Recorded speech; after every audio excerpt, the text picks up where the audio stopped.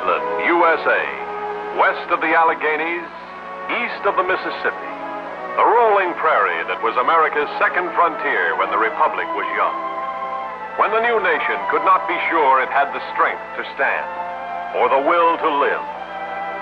Along this lake that washes the shores of western New York State and a corner of Pennsylvania, on this soil that became the states of Ohio, Indiana, and Illinois, history was made.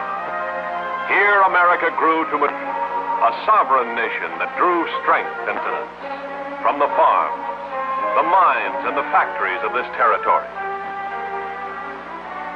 From Buffalo to Chicago, from Cleveland to St. Louis and Peoria, and such cities as Ashtabula, Erie, Massillon, Fort Wayne, Indianapolis, Zanesville, Kokomo, place names that spell America, as dyed-in-the-wool Yankee as corn on the cob, the World Series, and the hoedown square dance on Saturday night. This, then, is the heart of the USA, rich in fertile soil and the bounty of great harvests, richer still in the wealth of its subsoil, the coal and other minerals of infinite variety, and thrice blessed in the vastness of its industrial plant, factories without number, turning raw materials into finished products for purchase and use throughout the nation. But to give economic meaning and social value to the products of this great region, to turn commodities into dollars, another vital element must always be present: transportation by rail, keystone in the economic structure of Midland, USA. To move farm produce from the land to the tables of our people, to haul our coal, iron ore, and other raw materials from the mines and shipping docks to our mills and factories, to transport finished products from industrial centers to consumer markets. This has been and is today the job of the Nickel Plate Road. Today, the Nickel Plate Road is inseparably a part of the territory it serves, integrated into the pattern of its industry, its agriculture, and its way of life. For shippers, an originating and terminating line throughout Illinois, Indiana, Ohio, northwestern Pennsylvania, and western New York State. A line offering dependable, fast freight service, east and west, through the western gateways of St. Louis, Peoria, and Chicago, and on the east through Buffalo and Pittsburgh Junction to and from New York and New England, Pittsburgh, Baltimore, and the Philadelphia area. For passenger travel, east and west, the most up-to-date diesel-powered trains, offering luxurious comfort for sleeping and daytime travel. 6 convenient silver and blue streamlined passenger trains. Gracious living in diner or lounge, with courteous but unobtrusive service when you want it. This is first-class hotel luxury, in convenient service between Chicago and Buffalo, and between Cleveland and St. Louis, connecting at Chicago and St. Louis for the West and the Pacific Coast, and with through service at Buffalo for New York and other points east. Diversification is the key word for the territory served by the Nickel Plate. Soybeans, #2 crop in this territory, and one of the most versatile crops taken out of the earth.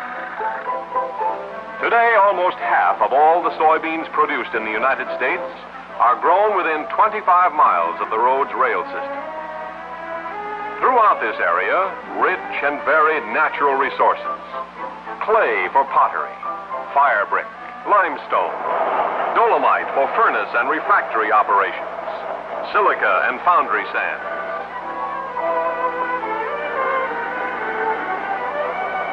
Coal, #1 subsoil product in the Nickel Plate territory. From the mines of southeastern Ohio, more than 7 million tons a year. Nickel Plate coal moves principally to Ohio, Michigan, and Canadian markets for industrial and domestic use. A considerable tonnage also moves to the company's coal dock at Huron, Ohio, for transshipment up the Great Lakes. Here, a modern electrically operated car dumper loads coal into lake vessels at the rate of a train load each hour.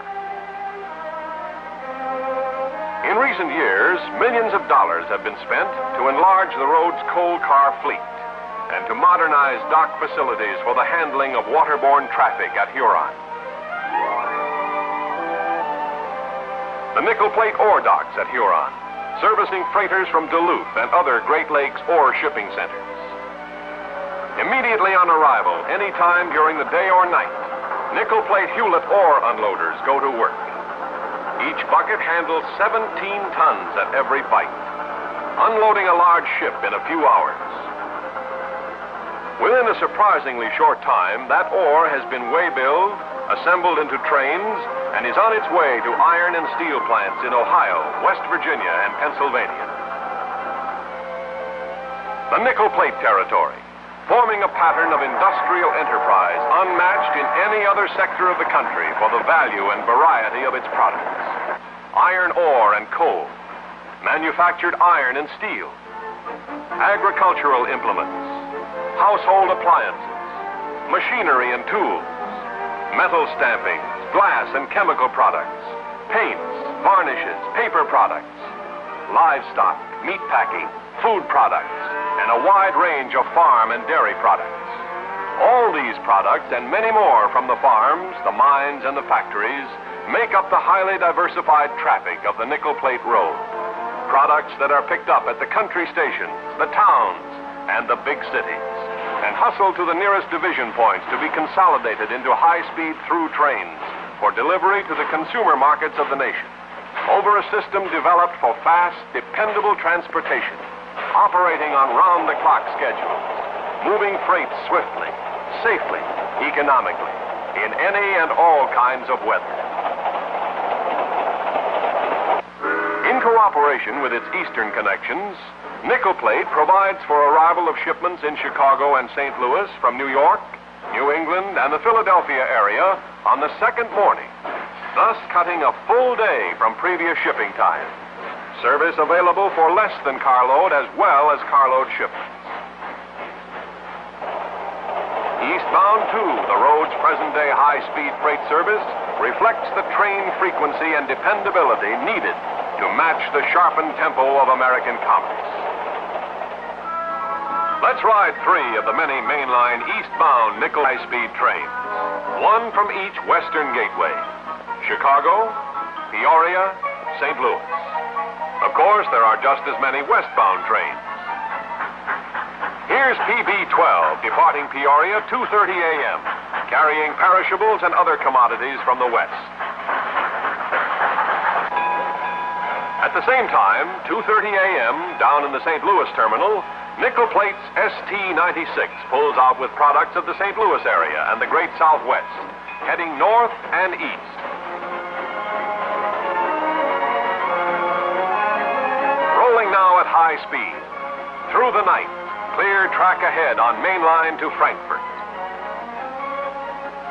At 8 a.m., the same morning and every morning, Nickel Plate CB-12 pulls out of Calumet yards in Chicago with meats and packing house products, livestock, citrus fruits, table produce, and a wide variety of manufactured products.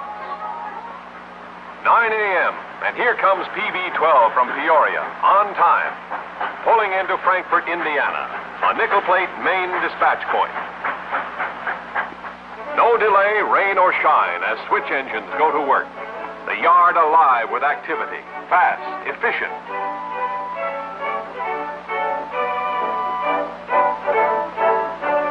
9:45 a.m., and ST-96 in on time from St. Louis.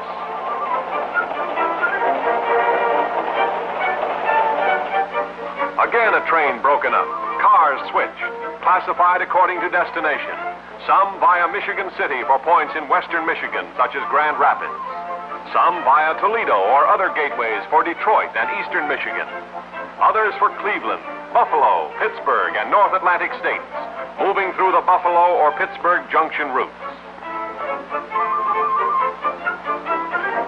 Caboose coupled on.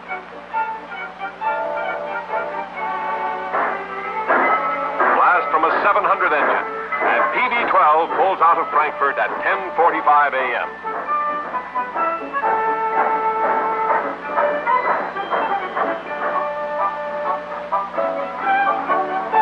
ST-96 from St. Louis continues to move its traffic through for Toledo and beyond.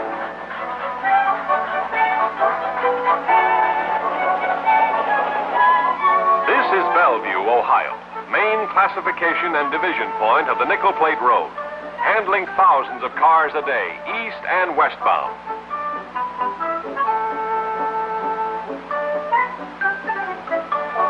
CB-12 from Chicago, rolling into Bellevue at 5:35 p.m. And again, switch engines and yard men go to work. Not a minute wasted, not a detail overlooked. Precision machine efficiency in speed and economy of movement.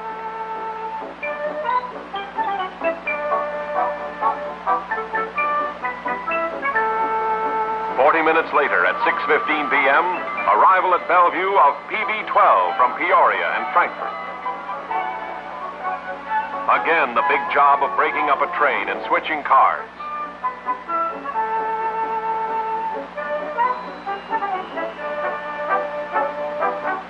Again, train reassembly. And 1 hour after arrival at Bellevue, each train is ready to move eastward again. Almost a new train, with some cars dropped for other destinations, and some cars added for destinations east via Buffalo. CB-12 and PB-12 are on their way to Buffalo. Rolling through the night via Lorain, Cleveland, Painesville, Ashtabula, Conneaut, Erie, Dunkirk, Buffalo. Two trains almost together. CB-12 from Chicago, PB-12 from Peoria, with pickup cars from St. Louis, arriving early morning, 4 a.m., to connect with eastern lines for New York, New England, and the Philadelphia area. Time en route from Chicago to Buffalo, distance 508 miles, time 19 hours.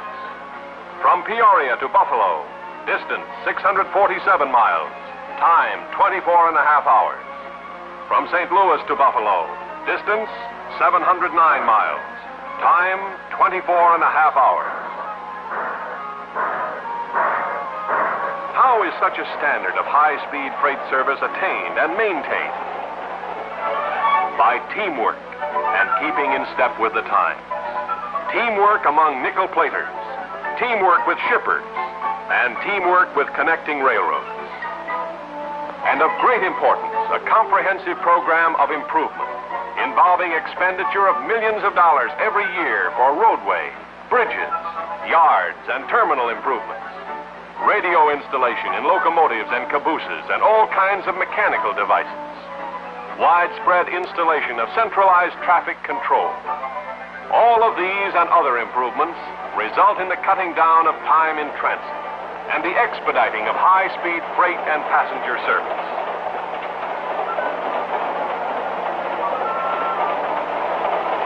Traversing one of the most fertile food-producing areas in the United States, the Nickel Plate Road has always been one of the leading grain and table produce carriers of the Midland region. In Cleveland, a notable landmark of the Midland Food Belt, the Northern Ohio Food Terminal, served exclusively by nickel plate, a yard with a capacity for hundreds of cars, acres of steel, brick, and concrete buildings, including huge cold storage facilities.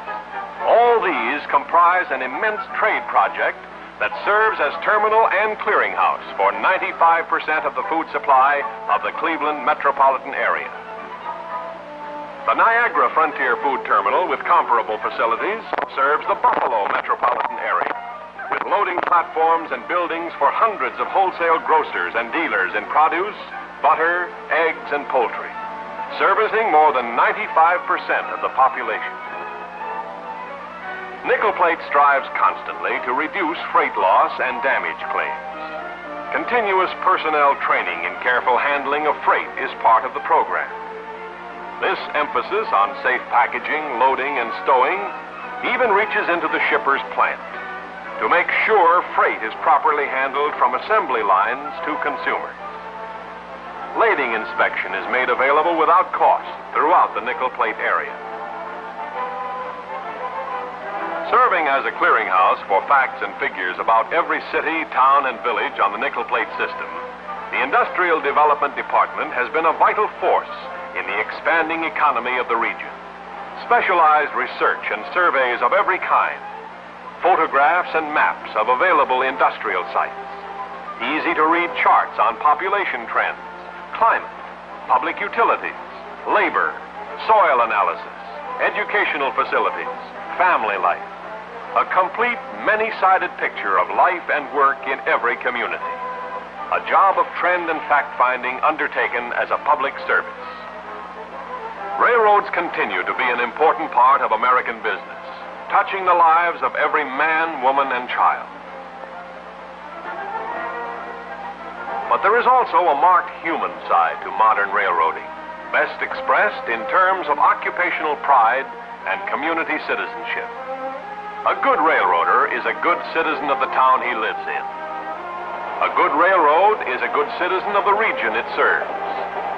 Nickel Plate has a quiet pride in the civic and business relations it has established with the cities, towns, and villages that line its tracks. Modern railroading is a business built on public contacts.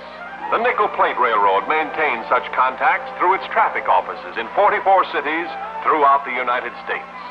44 offices staffed by nickel plate traffic experts who provide courteous and efficient service to the shipping and traveling public. Every time we help a shipper, every time we help a passenger, every time we punch a ticket, every time we handle a shipment, every time we serve a meal, public impressions are formed of us as railroaders. Good, bad, or indifferent. 17,000 nickel platers know this, collectively and individually. They know it means loss or gain of the public's respect, on which depends the prosperity of the company as an operating railroad, and their own security as nickel platers. For today, as always, good public relations means good business. We have had a glimpse of the territory served by the Nickel Plate Road. It is a land good to have been born in, good to come to plant family roots, to establish and develop industry and commerce. This has been the story of that land, Midland, USA, in terms of the work it does and the life it leads. A part of that story, small or large, but we believe a significant part, has been and will continue to be the Nickel Plate story.